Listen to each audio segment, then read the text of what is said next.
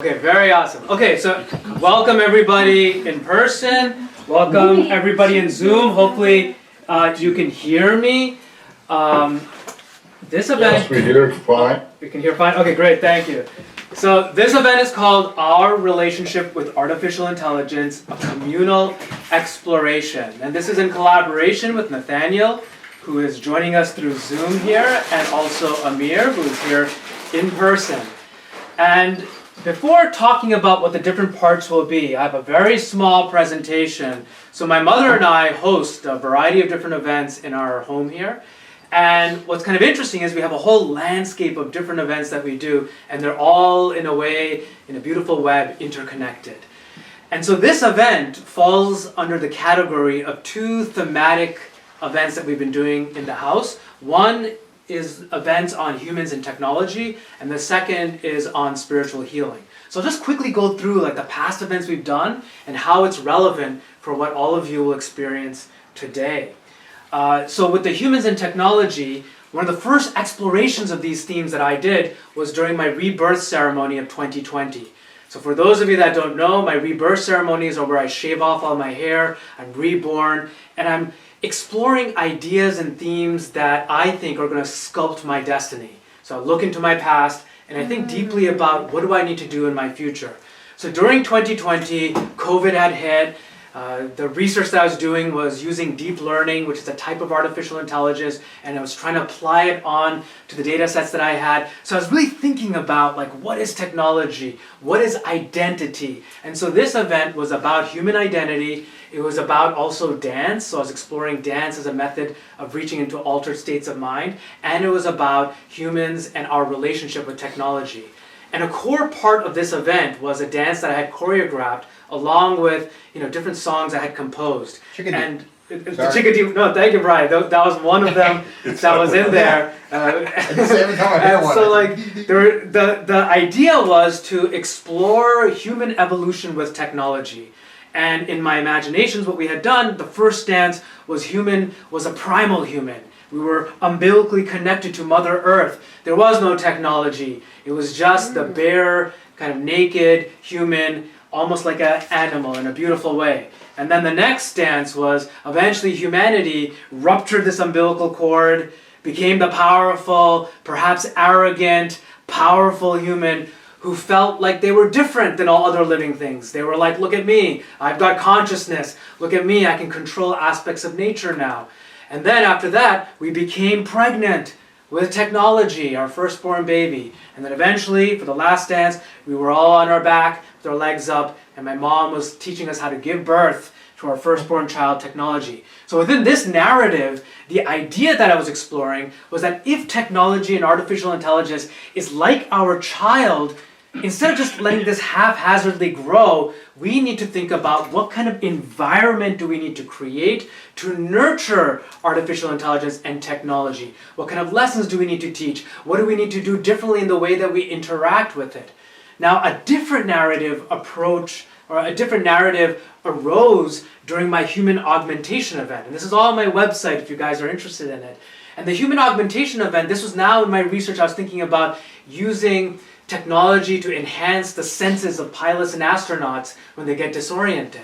So this was like taking technology and bringing it very close to the human and asking the human to rely on this technology when they cannot rely on their own inner selves. So in this one, a whole bunch of people gave presentations, and one person talked about transhumanism. And also the idea that, maybe technology has existed since the very beginning of our human time. Technology isn't our child, it's our collaborator, it's our symbiotic partner. Because if you think about it, since the very early days of humanity, even before Homo sapiens, Homo habilis, Homo erectus, all of them been using tools, which is essentially technology. Even chimpanzees will use tools and culturally pass it on along the generations. So technology has existed before Homo sapiens, so it's not maybe our child, it maybe really is a collaborator. And if that's the case, why does technology feel so external to us? And as I was thinking about this, maybe in the early days, technology allowed the human to survive, allowed us to go to new places, allowed us to explore and expand our minds, and so it felt like a collaborator. But now, at least to me, sometimes it feels like a lot of the corporations that control the technology, use it so that they bring humans indoors, in front of the laptop, becoming efficient workhorses, and so now it begins to feel external because it's pulling us away from other things. So the next question is, how do we create a counter-narrative to bring some sacredness into technology? And this is part of the spiritual healing series that my mother and I host with different collaborators. We just did one last weekend on reaching altered states of mind without any drugs or alcohol, really through like ritualistic drumming. But in this, part of the spiritual healing series with artificial intelligence, some of the questions is, how do we create a sacred space to invite something that may seem external to us, that might seem a little bit frightening to us? I mean, I have to confess, sometimes I'm a little bit apprehensive about what all of this artificial intelligence is going to do. So how do we create a space, and as I'll talk about in a second, Amir is going to help create a space where we can be a little bit more open to receiving different types of experiences.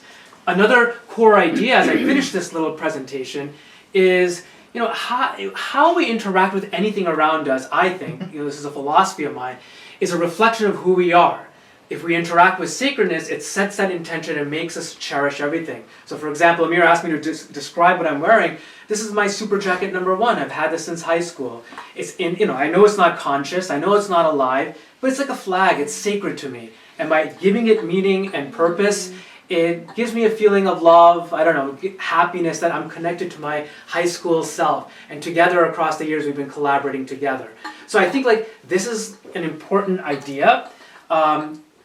I think I already talked about this, even though there's some apprehension with AI, my deeper questions are how we can interact with everything so it's part of our spiritual and sacred practice. A lot of these ideas actually come interacting with my mother. When my mother gifted me my chainsaw for my birthday, she did a little puja. And a puja is like a religious or spiritual ceremony.